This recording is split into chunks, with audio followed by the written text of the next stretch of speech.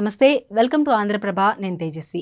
ఏపీలో పాల్ ప్రభావం పెద్దగా కనిపించడం లేదు. 2019 ఎన్నికల్లో ప్రజాశాంతి పార్టీ నుంచి అభ్యర్థులు పోటీ చేసేందుకు ఇంట్రెస్ట్ చూపించారు. కానీ ఈసారి అలాంటి సిచ్యువేషన్ కనిపించడం లేదు.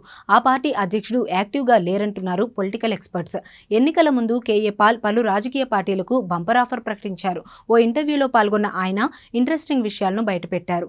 తనను ఏదో ఒక పార్టీతో పొత్తు పెట్టుకోమని అడిగారని చెప్పారు. అయితే తాను ఏ రాజకీయ నాయకుడు దేశాన్ని బాగు చేయలేదు కాబట్టి పొత్తు పెట్టుకోలేదని స్పష్టం చేశారు. కానీ తనతో పొత్తు పెట్టుకోవాలంటే ఎవరైనా తనతో కలిసి రావచ్చని బంపర్ ఆఫర్ ఇచ్చారు. విశాఖపట్నం ప్రజలు తనను కోరుకుంటున్నారని అన్ని సర్వేలు చెబుతున్నాయని, లేకపోతే ఆ రాజకీయ దొంగలు ప్రజల కిడ్నీలు కూడా అమ్ముకుంటారని చెప్పారు. విశాఖ స్టీల్ ప్లాంట్ ని అమ్మాలని ప్రధానమంత్రి నరేంద్ర మోదీ చూస్తున్నారని విరుచుకుపడ్డారు. విశాఖపట్నం స్టీల్ ప్లాంట్ అమ్మకుండా ఏపీ హైకోర్టు నుంచి స్టేటస్ కో తెచ్చారని గుర్తు చేశారు.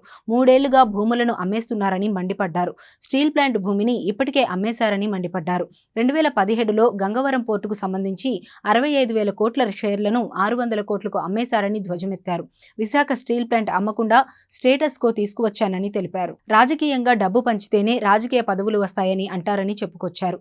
టీడీపీ విశాఖపట్నం పార్లమెంట్ అభ్యర్థి భరత్ డ్రగ్స్ లో ఇరుక్కున్నారు కాబట్టి గెలవలేరన్నారు. వైసీపీకి ఈ ఎన్నికల్లో తనను ఓడించేంత దమ్ము లేదన్నారు. ఆంధ్రప్రదేశ్ను అమెరికాలా అభివృద్ధి చేసే సత్తా తనకి మాత్రమే ఉందన్నారు.